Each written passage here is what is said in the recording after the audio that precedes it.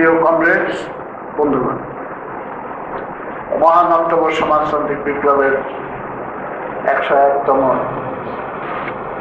বার্ষিকীতে আমি আমাদের পার্টির সমস্ত কমরেডদের পক্ষ থেকে বিশ্বের শ্রমজীবী জনগণের প্রতি, আমাদের দেশের সংগ্রামী মেহনতি মানুষ এবং শ্রমিক শ্রেণীর প্রতি লাল সালাম এবং বিপ্লবী অভিনন্দন জানাই। এই বিপ্লব সম্পর্কে আমাদের সম্মানিত আলোচকবৃন্দ কিছু আলোচনা এখানে তুলে ধরেছেন। আমি সেটার সঙ্গে পুনরাবৃত্তি না করে খালি আপনাদের দৃষ্টি আকর্ষণ করার জন্য আমি বলতে চাই যে এই বিপ্লবের তাৎপর্যটা আমাদেরকে বুঝতে হবে নানা দিক থেকে, এবং তার প্রধান দিকটা হলো ইতিহাসের যে ধারা, ইতিহাসের ধারার পরিপ্রেক্ষিতে এই ঘটনা বিবেচনা না করলে তার মহা ঐতিহাসিক ভূমিকাটা আমরা পরিপূর্ণভাবে উপলব্ধি করতে পারব না।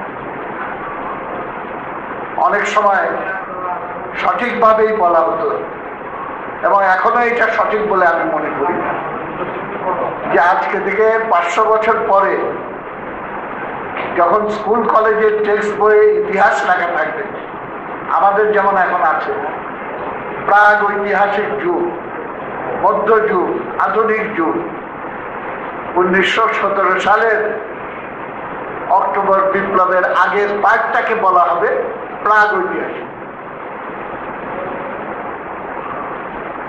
এবং ইতিহাসের সূত্রপাত, প্রকৃত ইতিহাসের সূত্রপাত, যেখানে ইতিহাসের রচনার দায়িত্ব জনগণ এবং মেহনতি জনগণ নিজের হাতে নিজে গ্রহণ করে ইতিহাস সৃষ্টির দায়িত্ব পালন করছে, ইতিহাসকে এগিয়ে নিচ্ছে, সেই যুগের সূচনা হয়েছে। অনেক সময় সাংগঠনিকভাবে আমাদের পার্টির দুর্বল জেলাগুলোকে তিরস্কার করার জন্য আমি বলি যে আপনারা যে ভালো মতো কাজ করছেন না, আমরা সমাজতন্ত্র করলে আপনাদের এখানে কিন্তু আমরা সমাজতন্ত্র করবো না, চিড়িয়াখানার মতো ওইটাকে রেখে দেবো। 1000 বছর পরে মানুষ যখন খাতায় বইয়ে লেখা থাকবে যে মানুষ মানুষকে শোষণ করত, কেউ তো বুঝবে না যে শোষণ কি জিনিস। তখন প্র্যাকটিক্যাল ট্রেনিং এর জন্য আপনার জেলায় এনে দেখানো হবে যে এইটা হলো শোষণ। ওর জন্য এখানে বিপ্লব টিপ্লব আপনারা যেভাবে চলতেছেন এটা হবে না। তিরস্কার করার জন্য বলা হলেও এটার ভেতরে অন্তর্নিহিত তাৎপর্যটা হলো এই যে আমি এইটাই বলতে চাচ্ছি যে ইতিহাসের ধারাবাহিকতায় আমরা গোটা সভ্যতার ইতিহাসের ধারাটাকে যদি বিবেচনা করি, সেই পরিপ্রেক্ষিতে এইটা নিঃসন্দেহে বলা যায়, যুক্তি দিয়ে আমরা বলতে পারি 1000 বছরের পরে কি হবে সেটা তো আমি এখন হাতে নাতে প্রমাণ করতে পারবো না, কিন্তু যুক্তি দিয়ে এই কথা নিঃসন্দেহে বলা যায়। আমাদের এই উপলব্ধিটা তার দার্শনিক এবং আদর্শগত বস্তুনিষ্ঠ ইতিহাস বিশ্লেষণের ধারায় আমার এই তাৎপর্যটা বোঝা একান্তভাবে প্রয়োজন বলে আমি মনে করি। রুশ বিপ্লবের ঘটনা বলি আমাদের ভালো করে জানতে হবে, যেটা হয়তো দুনিয়া কাঁপানো 10 দিন বা এই ধরনের আরো বই আছে, থ্রু দ্য রাশিয়ান রেভলিউশন ইত্যাদি, এরকম আরো বই আছে বিদেশি লেখকদের, আর রুশ লেখকদের তো আছেই। আর সিপিএসইউ, সোভিয়েত ইউনিয়নের communist party, history of the communist party, এইসব বইয়ের ভেতরে সেই ঘটনা, ওই প্রত্যেকটা ঘটনা আমাদের জানলে পরে সেইটাকে অনুকরণ করার জন্য নয়, সেইখান থেকে অভিজ্ঞতাগুলো যাতে আমরা আত্মস্থ করে আমাদের দেশের বাস্তব অবস্থায় প্রয়োগ করতে পারি, সেইটার জন্য এটাও খুব মূল্যবান বলে আমি মনে করি। তৃতীয়, এই রুশ বিপ্লবের যে পটভূমিটা তৈরি হল এবং সেই সম্পর্কে সারা দুনিয়ার ঘটনা বলি, তখন কি চলছিল এবং রাশিয়াতে পুঁজিবাদ কোন ধারায় কোন প্রকৃতিগত বৈশিষ্ট্য নিয়ে এইটা বিকশিত হচ্ছিল, সেখানকার রাজনৈতিক পরিস্থিতিটা কোরিলেশন অফ ফোর্স, নারদনিকদের শক্তি, বলশেবিকদের শক্তি, মেনশেবিকদের শক্তি এবং ক্যাডেটদের শক্তি, এই যে নানা শক্তিগুলো, সেইটা আমাদের কিন্তু একই সঙ্গে এই ব্যাকগ্রাউন্ডটা এবং কিভাবে আস্তে আস্তে এই নারদনিক মুভমেন্ট এবং অন্যান্য আন্দোলন, লেনিন, আপনারা সকলেই জানেন লেনিনের বড় ভাই, তিনি এই ধরনের ব্যক্তিগত সন্ত্রাসী গ্রুপের সঙ্গে জড়িত ছিলেন এবং যারকে হত্যা করতে গিয়ে তিনি গ্রেপ্তার হন এবং পরে তার ফাঁসিতে তার মৃত্যুদণ্ড কার্যকর করা হয়। লেনিন বিপুলভাবে আলোড়িত হয়েছিল এবং চিন্তা ভাবনা করে তার একটা উক্তি সেই সময়কালের, যেটা বহুল উদ্ধৃত, যে আমার ভাইয়ের এই আত্মদানকে আমি শ্রদ্ধা করি, সেই স্পিরিটটাকে শ্রদ্ধা করি, কিন্তু তার পথটা সঠিক ছিল না এবং সেইটাকে গণবিপ্লবের ধারায় কেন যুক্ত করা প্রয়োজন যদি তার আকাঙ্ক্ষাটা পূরণ করতে হয়, সেই উপলব্ধির কথা তিনি কিন্তু বলেছিলেন। এই পটভূমির জায়গাটা রুশ দেশে এবং আন্তর্জাতিকভাবে সেইটা আমাদের করা উচিত। আরেকটা বিষয় আমাদের করা উচিত, যেটা ইদানিংকালে কম হচ্ছে, যতটা আমরা রুশ বিপ্লবের বিপর্যয় কেন হলো এইটা নিয়ে যত বেশি আমরা আলোচনা করি, অবশ্যই এটা খুব গুরুত্বপূর্ণ, আমি অস্বীকার করতে চাই না, কিন্তু সেটা করতে হলে পরে রুশ বিপ্লবের সাফল্যটা সেইটা হিসাবের ভেতরে না নিয়ে, সেইটা আমাদের বিবেচনা এবং মনোজগতে আবেগ দিয়ে শুধু না, যুক্তি দিয়ে, ইতিহাসের ঘটনাবলীর পরিপ্রেক্ষিতে যদি আমরা সেটা সঙ্গে যুক্ত করে বিপর্যয়ের কারণগুলো এবং ত্রুটি বিচ্যুতি কোথায় হয়েছিল, প্রয়োগে না তত্ত্বে না অমুক, এই দ্বিতীয় পাঠটার প্রথমটাকে বাদ দিয়ে আলোচনা করলে এটা অপূর্ণাঙ্গ হবে বলে আর মনে হয়। এবং এইভাবে রুশ বিপ্লবের নিয়ে আমাদের খালি আনুষ্ঠানিক একটা মিটিং না, এই চর্চাটা করা উচিত। এবং মঞ্জু ভাইয়ের ওই কথাটা আমি রিপিট করে বলতে চাই, এইটা খালি একদিনের ব্যাপার না, আমাদের আসলে সব সময় এইসব বিষয় নিয়ে আমাদের চর্চাটা অব্যাহত রাখা উচিত। আত্মপঠন, সেলফ এডুকেশন, কবে পার্টি থেকে একটা স্কুলিং করে ক্লাস করে আমাদের সব বুঝিয়ে দিবে এরকম না। আমার নিজের নিয়ে প্রচুর বইপত্র আছে এবং সেখানে বিতর্কিত অনেক বিষয় আছে, কোনো অসুবিধা নেই, সবগুলো আমরা জানি, বুঝি, আমার নিজের যুক্তির জায়গা থেকে আমি এগুলো করার জন্য চেষ্টা করি, সেটা আমাদের ভাবতে হবে। দ্বিতীয় আরেকটা কথা আমি বলতে চাই, আবেগ খুবই গুরুত্বপূর্ণ, কিন্তু কমিউনিস্ট বিপ্লব আবেগ তাড়িত ঘটনা নয়। আবেগ থাকবে, কিন্তু এটার চালিকা শক্তি হলো সচেতনতা। এবং যেটা লেনিন তার what is to be done বইয়ের ভিতরে স্পষ্ট করে বলে দিয়েছে, যে স্বতঃস্ফূর্ত প্রক্রিয়া কোনোদিনই অন্য ধরনের রেভলিউশনকে জন্ম দিতে পারে, কিন্তু একটা শোষণ মুক্তির সমাজতান্ত্রিক বিপ্লবের জন্ম দিতে পারে, এবং সেটার কারণগুলো কিন্তু ব্যাখ্যা করা হয়েছে। সুতরাং আবেগ নিশ্চয়ই আমরা ধারণ করব, কিন্তু সেইটাকে বিপ্লবী সচেতনতায় উত্তরণ ঘটানো একান্তভাবে প্রয়োজন। আমরা যুক্তির কারণে সমাজতন্ত্রের দিকে যাই, স্বার্থের কারণে আমরা সমাজতন্ত্রের দিকে যাই, কেবলমাত্র আবেগ দিয়ে না।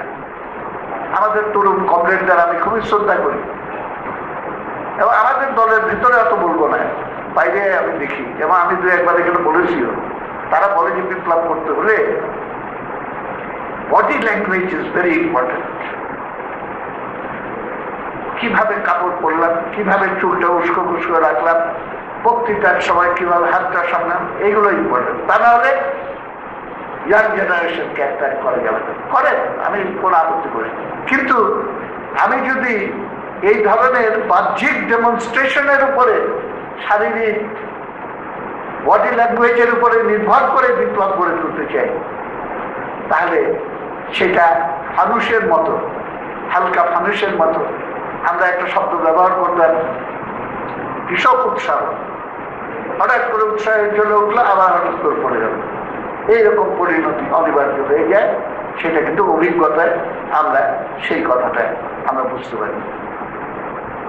এইখানে আরেকটা প্রসঙ্গ আমি বলতে চাই, আমার ভুল হচ্ছে কিনা আমি বলতে পারবো না। আমরা যখন আলোচনা করি তখন অনেক সময় আমাদের ভিতরে চিন্তাটা আসে, আমাদেরকে তাদের কাছে যেতে হবে। কাকে কথাটা আমি বলছি?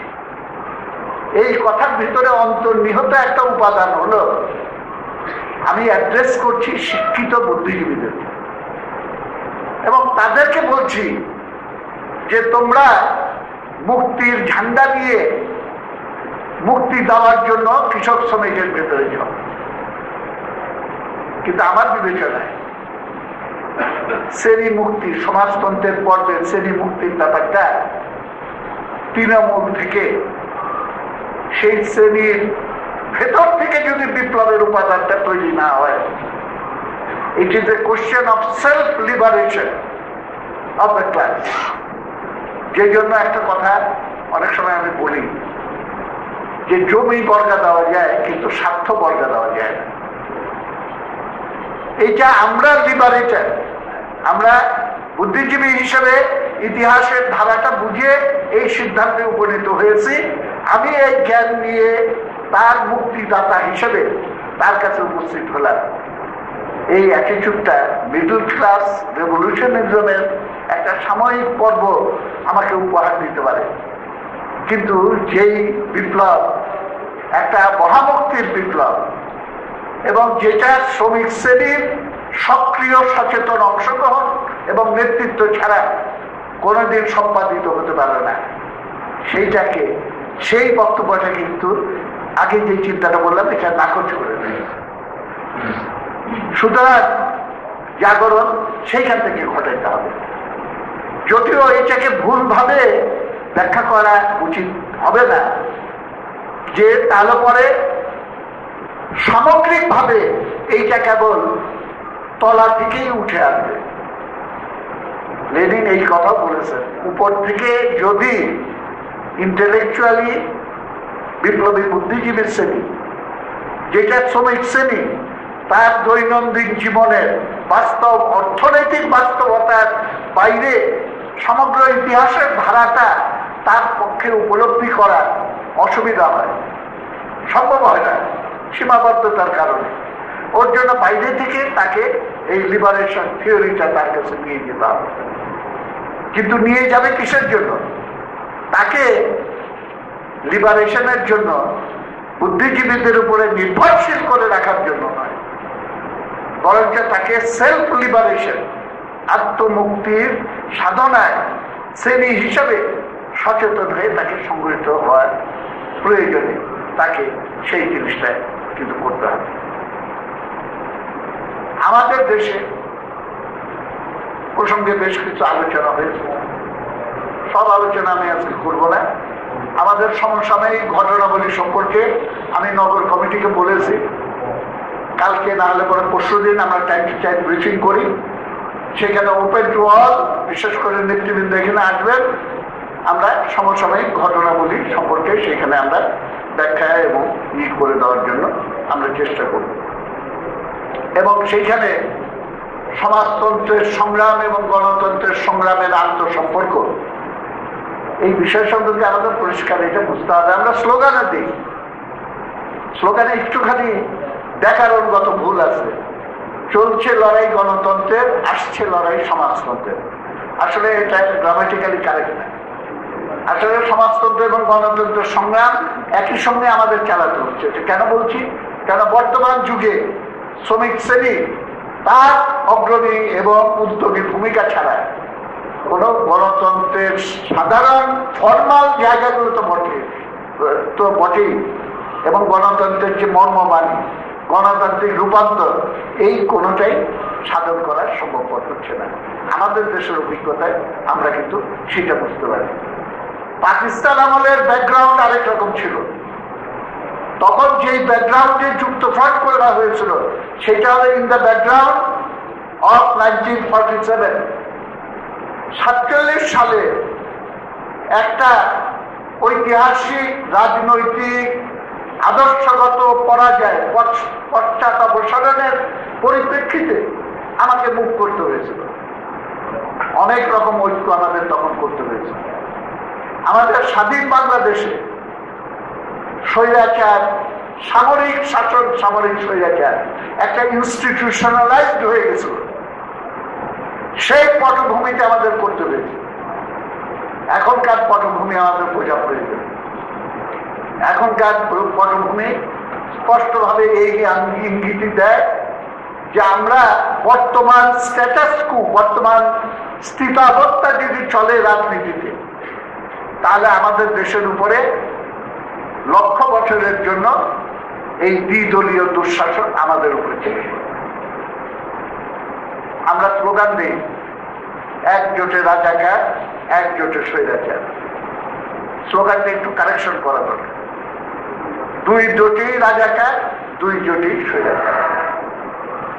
আপনার ঘটনাবলী একটু মিলায় দেখার চেষ্টা করুন। এবং correlation of force is very important. শক্তির বিন্যাস, এইটাকে আমাদের হিসাব করে চলতে হবে। আমাদের এখানে এখনো পর্যন্ত একটা ইন্ডিপেন্ডেন্ট, স্বাধীন, উৎপাদনশীল বুর্জুয়া রাজনৈতিক সংগঠন নাই। আওয়ামী লীগের ভিতরে সেই সম্ভাবনা ছিল, কিন্তু আওয়ামী লীগের সেই সম্ভাবনা বিনষ্ট হয়ে গেছে। এইটা এখন লুটেরা ধনিক শ্রেণীর নিয়ন্ত্রিত দলে পরিণত হয়েছে। এবং উদাহরণ হিসাবে আমি বলি যে শেখ সাহেবের সময়, বঙ্গবন্ধুর সময় যে আওয়ামী লীগ ছিল, সেখানে জেলা কেন্দ্রের নেতারা ছিল উকিল সাহেব, কেরানি, তারপরে শিক্ষক, মাস্টার। আপনি দেখবেন বঙ্গবন্ধু তো ছিলেন ইন্স্যুরেন্স কোম্পানির একজন চাকরিজীবী, আলফা ইন্স্যুরেন্সের কর্মচারী। সৈয়দ নজরুল ইসলাম ছিলেন একজন উকিল, ময়মনসিংহের, ওকালতি করতেন। সেন্ট্রাল লিডারশিপ জেলাগুলো তো বটেই। এখন আমি নাম উচ্চারণ করে বলতে চাই না, কেন্দ্রীয় পর্যায়ে তো বটেই, এমনকি তৃণমূল পর্যায়ে, এমনকি ইউনিয়ন পর্যায়েও যদি যান, আপনি দেখবেন সেইটা এখন হয়ে গেছে লুটপাটের পেছনে যারা তাড়িত হয়ে সেই লোভে দলে করছে এবং দলের একটা পদ পাওয়ার জন্য 10 লক্ষ 20 লক্ষ টাকা ঘুষ দিয়ে তদবির করে সেটা করার জন্য চেষ্টা করছে। বিশাল এই জায়গাটায় গিয়ে চলে যাবে, তার ক্লাস ওরিয়েন্টেশন আরেক জায়গায় চলে যাবে। This is a different background. এবং এইটার সঙ্গে যদি মিলান যে সমাজতন্ত্র এবং গণতন্ত্রের লড়াইটা দুইটা ইন্টারটুয়াইন, এক জায়গায় এসে দাঁড়িয়েছে। একটা পর্ব আগে শেষ করি, তারপরে আরেকটা পর্ব করব, এটা হবে না। যার ফলে দেখেন, যখন হাওয়া ভবনের রাজত্ব ছিল, তখন হাওয়া ভবনের অত্যাচার থেকে মুক্তি পাওয়ার জন্য বৃহত্তর ঐক্য করিত হইলে আমাদের হাতে পায়ে ধরা থেকে বাদ আছে। মঞ্জু ভাই সহ আমাদেরকে নিয়ে কত তারা লেকচার দিল। কামাল হোসেন সাহেব 11 দল ভেঙে চলে গেলেন। আমরা বলেছিলাম এটার ভেতরে যায় না। 11 দল গঠিত হয়েছিল দ্বিদলীয় মেরুকরণের বাইরে বিকল্প গড়ে তোলার লক্ষ্য নিয়ে, এবং ঘোষিত লক্ষ্য পরিত্যাগ করে কামাল হোসেন 14 দলে চলে গেলেন এবং 14 দলের 23 দফা রচনা করে যে এত সুন্দর সুন্দর কথা আওয়ামী লীগের প্ল্যাটফর্ম থেকে বলা সম্ভব হচ্ছে, সেই সুযোগটা আমরা কমিউনিস্টরা ফেলে দিলাম। 14 দলে কেন আমরা গেলাম না? এইবারও কামাল সাহেবকে আমরা বলেছিলাম যে আপনি বিএনপির সঙ্গে যেয়ে যান, দ্বিদলীয় মেরুকরণের বাইরে থাকেন, আমরা একসঙ্গে সামনের দিকে অগ্রসর হই। তবে চয়েস আপনার, সিদ্ধান্ত আপনাকে নিতে হবে। তিনি বিকল্পের পথে থাকলেন না, ওইটার সঙ্গে গেলেন। এবং এটা ঠিক যে ওই মঞ্চে বিএনপির কেউ স্লোগান না দিলেও কামাল সাহেব জয় বাংলা স্লোগান দিয়েছেন, বঙ্গবন্ধুর কথা বলেছেন। কিন্তু আপনি শক্তির বিন্যাস যদি বিবেচনা করেন, এবং অনেক ছোটখাটো ঘটনাগুলো আমাদের খেয়াল করতে হবে। এই কি বলে জাতীয় ঐক্য ফ্রন্টের মুখপাত্র ছিলেন 2 দিন আগ পর্যন্ত যিনি ছিলেন, তাকে অপসারণ করে এখন ফখরুল দায়িত্ব নিয়েছেন।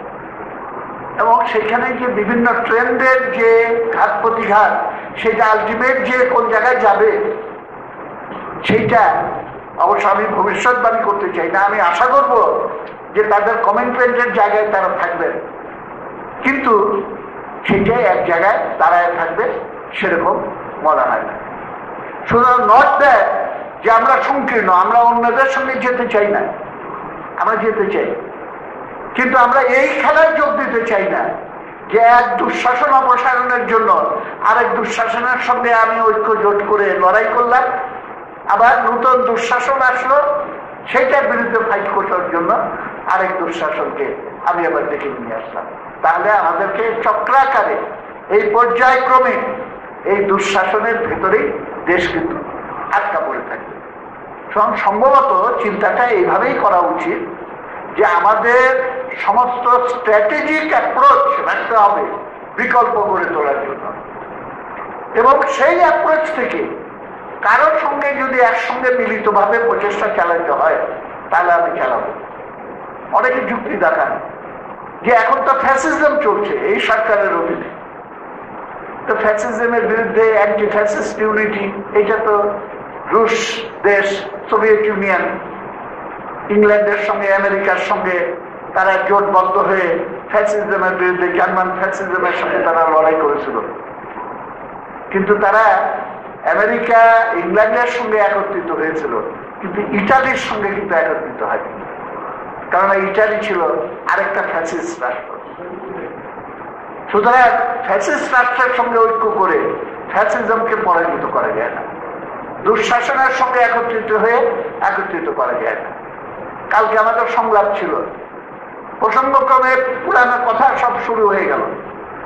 শেখ হাসিনাকে আমি বললাম যে খালি মুখের স্লোগান দিয়ে সবকিছু বোঝার চেষ্টা করেন না।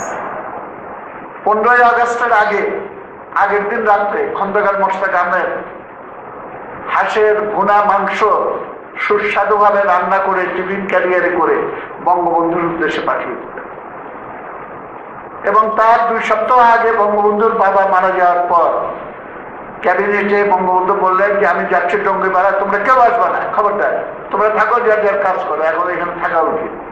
কেউ যায়নি। খন্দকার মোশতাক ছোটখাটো মানুষ বগলতলার ভেতরে গিয়ে হেলিকপ্টারে উঠে কোথায় চলে গেছে, আমরা টেলিভিশনে দেখেছি, হাও বাও করে কান্না, বঙ্গবন্ধুর কান্নাকে ছাড়া অনেক বড় কান্না। এবং লাশ নামানোর সময় কবরের ভেতরে নামতে হয়, খন্দকার মোশতাক নামছে টুপি পরে ওইটার ভেতরে, জয় বাংলা বলেছিল, কিন্তু ভেতরে ছিল। সুতরাং স্লোগান দিয়ে শুধু হয় না। আরো আমি বললাম যে আপনি তো তখন দেশে ছিলেন না, 15ই আগস্টের পর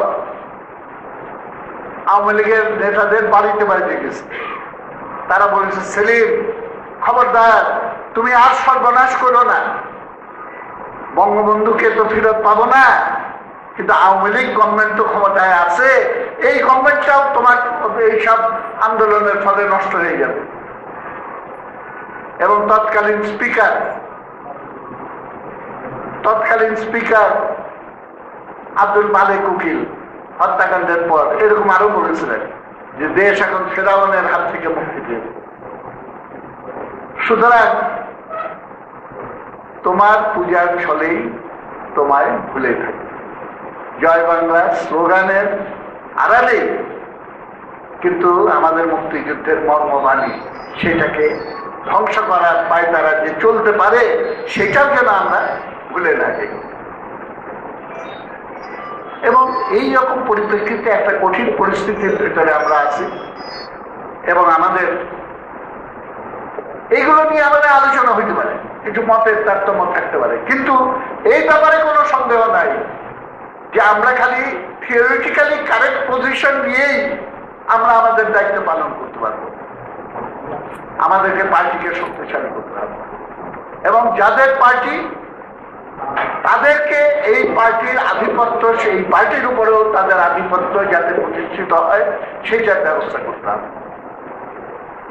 আমাদের খুবই কন্ট্রাডিক্টরি সিচুয়েশন, অনেক সময় মনটা খারাপ হয়ে যায়। বাম জোটের ভেতরে আমরা 1 নম্বর দল, এখানে যেসব কংগ্রেস আছে আমি আপনাদেরকে বলতে চাই, এই 1 নম্বর পজিশন এটা ন্যাচারালি স্বাভাবিকভাবে আমরা অর্জন করেছি, এইটা বাড়াইতে হবে, কমানো যাবে না। এবং নানান রকম টেন্ডেন্সি আছে, সেই টেন্ডেন্সিগুলোকে যদি সঠিক পথে রাখতে হয় তাহলে পরে আমাদের শক্তিটা যদি আমরা ঠিক মতো প্রতিভাত করতে না পারি, তাহলে পরে কিন্তু এইটাকে সঠিক পথ অনুসরণ করে আমরা আগাইতে পারবো।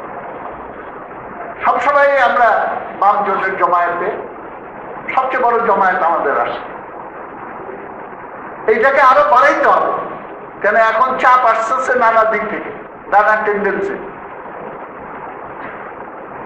কিন্তু দুঃখে মনটা ভেঙে যায়। গতকাল আমাদের একটা পদযাত্রার কর্মসূচি ছিল, হয়তো এটা ব্যতিক্রম, কিন্তু তবু আমি না বলে পারতেছি না। ওইখানে যতগুলো মিছিল আসছে আমাদেরটা ছিল সংখ্যার দিক থেকে 4 নম্বর। কেন আসবে না আমাদের ছাত্রকর্মীরা, কেন আসবে না আমাদের ইয়েরা? ওই যে এখানে অফিস টাইম, দিনের বেলা জমায়েত হলে হবে না। তারপরে আমি জিজ্ঞেস করতে চাই, তাহলে বিএনপির কিলবিল করে সকাল থেকে এত লোক তারা সেখানে আসতেছে, আজকে বাসদের অক্টোবর বিপ্লবের মিছিল হলো, এটা তো দিনের বেলায় হয়েছে। এইটা একটা প্রবলেম হতে পারে, কিন্তু প্রবলেমটা তো ওভারকাম করতে হবে, প্রবলেমটা তো অতিক্রম করতে হবে, এবং তার পলিটিক্যাল তাৎপর্যটা আমাদের বুঝে নিয়ে সেই জিনিসটা করতে হবে। পার্টিতে রিক্রুটমেন্টের চেষ্টা কমে গেছে, এক একটা সিচুয়েশন থাকে, কোন সময় জাল দিয়ে মাছ ধরতে হয়, কেন ঝাঁক বেঁধে তখন মাছ ধরার মতো একটা উপযুক্ত পজিশন। অনেক সময় জাল ফেলে মাছ ধরতে পারবেন না, বড়শি দিয়ে টুকটুক করে একটা একটা করে তুলতে হবে। আমরা এই যে ধৈর্যের সঙ্গে একজনের পেছনে ঘুরে ঘুরে ঘুরে ঘুরে তাকে পিক আপ করে, 2টা শব্দ আমি বলতাম, এখনো এটা বলা প্রয়োজন মনে করি। একটা হলো নিবিড় আবাদ করতে হবে, নিবিড় আবাদ, আগাছা পরিষ্কার, প্রত্যেকটা চারা গাছ তার চতুর্দিকে এটা ঠিক মতো যাতে নালিশ হয়। আরেকটা হলো ম্যান টু ম্যান অ্যাপ্রোচ, ব্যক্তিতে ব্যক্তিতে সেই সংযোগগুলো দাঁড় করে, বিশেষ করে মেহনতি মানুষের ভিতরে, এবং সেইখান থেকে নেতৃত্ব যাতে উঠে আসে। এখানে বলা হয়েছে আমরা সমাজতান্ত্রিক বিপ্লবের ভেতরে ডিক্টেটরশিপ অফ প্রলেটারিয়েট এই ভিত্তিতে নতুন রাষ্ট্র করা হয়। বুর্জুয়া আধিপত্যের জায়গায় শ্রমিক শ্রেণীর আধিপত্য কায়েম করা হয়, কিন্তু বুর্জুয়া শ্রেণী আধিপত্য করেছিল তার বিপ্লবের সময় সেই আধিপত্যটাকে চিরস্থায়ী করার জন্য, আর প্রলেটারিয়েট তার আধিপত্যটাকে প্রতিষ্ঠিত করে এই আধিপত্যটার চির অবসান ঘটানোর প্রক্রিয়ার সূচনা করার জন্য, withering away of the state, state of a new type, যেটা নিজেকে শক্তিশালী করার বদলে আস্তে আস্তে নিজের বিলুপ্তির পথ রচনা করে। আমাকেও সর্বহারা শ্রেণী মেহনতি মানুষের প্রতি, কৃষক, ক্ষেত মজুর, শ্রমিকের প্রতি, তাদের কাছে যেতে হবে এই উপলব্ধি নিয়ে এবং এই মিশন নিয়ে যে তার নিজের মুক্তির বাহক যাতে সে নিজেই হয়ে উঠতে পারে। কোন ব্যক্তি তার দলের রিপ্লেস করতে পারে না, প্রতিস্থাপন করতে পারে না, এবং দল তার শ্রেণীকে প্রতিস্থাপন করতে পারে না। এই বিপ্লবটার ভিতরে যে শ্রেণীগত ব্যাপার সেইটা উপলব্ধি না করলে হয়তো বড় বড় অভ্যুত্থান আমরা করতে পারবো, কিন্তু সমাজতন্ত্রের পথে যে আমরা পুনরায় নির্মাণ করতে পারবো না। আমাদের দেশের বর্তমান পরিস্থিতির সঙ্গে এইটা কিছুটা প্রাসঙ্গিক। পাকিস্তানে আমলে আমাদের লড়াই করতে হয়েছিল একটা পরাজয়ের গ্লানির হাত থেকে মুক্তি লাভ করার জন্য, আর আমাদের এখন লড়াই করতে হচ্ছে একটা 30 লক্ষ মানুষের রক্তের বিনিময়ে অর্জিত একটা বিজয়, সেটাকে পুনঃপ্রতিষ্ঠা এবং পুনর্নির্মাণের জন্য। কমপ্লিটলি দুই ব্যাকগ্রাউন্ড। হারানো বিজয়টাকে ফিরিয়ে আনার লক্ষ্যে আমরা চলছি। এইখানে we cannot give any concession to লুটেরা ধন্যবাদ, যেটা আমাদের মৌলিক স্বাধীনতা মুক্তিযুদ্ধের চিন্তা চেতনা পরিপন্থী। ট্যাকটিক্যাল ঐক্য হইতে পারে একটা সময়ের জন্য, এটা কারেক্ট, একটা সময়ের জন্য হইতে পারে, কিন্তু ইলেকশনের আগে আগে তড়িঘড়ি করে আসেন একটা বৈঠক করি, অমুক করি, এবং সেইটার মাধ্যমে একটা পোলারাইজেশন দেখায় দেশি বিদেশি শাসক শ্রেণীর কাছে নিজের বার্গেনিং পাওয়ারটা বাড়ানো, বাজার দরটা বাড়ানোর হাতিয়ার হিসেবে কমিউনিস্ট পার্টি নিজেকে ব্যবহৃত হতে দেওয়া কোনো মনে উচিত না। এবং এই ব্যাপারে সতর্ক না থাকলে আমরা কিন্তু এই গোলক ধাঁধার ভিতরে আবদ্ধ হয়ে যাওয়া বিপদ আছে। আমাদের সংকীর্ণতা আছে, আমাদের সেক্টরিয়ান দল আছে, এই ব্যাপারে কোনো সন্দেহ নেই। কিন্তু আমাদের পার্টির ইতিহাস একটা ঘর পড়া গরু আকারে দেখলেই একটু ভয় পায়। আমরা বাম বিচ্যুতি ফাইট করার জন্য যে দক্ষিণপন্থী অধগতি হয়েছিল পার্টির, যেটা বিলম্বাদের জন্ম দিল, সেইটা আমাদের মনে রেখেই আমাদের সংকীর্ণতার বাইরে আসতে হবে। কিন্তু সংকীর্ণতার বাইরে আসতে গিয়ে আমরা যেন কোনো ক্রমে অতিরিক্ত উদার হয়ে আমরা আমাদের স্বাধীন ইন্ডিপেন্ডেন্ট পজিশন বজায় রেখে চলার জায়গাটা যাতে আমরা কোনো সময় ভুলে থাকি, সেটা মনে রাখতে হবে। রুশ মহান অক্টোবর সমাজতন্ত্রী বিপ্লব দীর্ঘজীবী হোক। আপনাদের সবাইকে লাল সালাম এবং সংগ্রামের অভিনন্দন জানিয়ে আজকে সবাই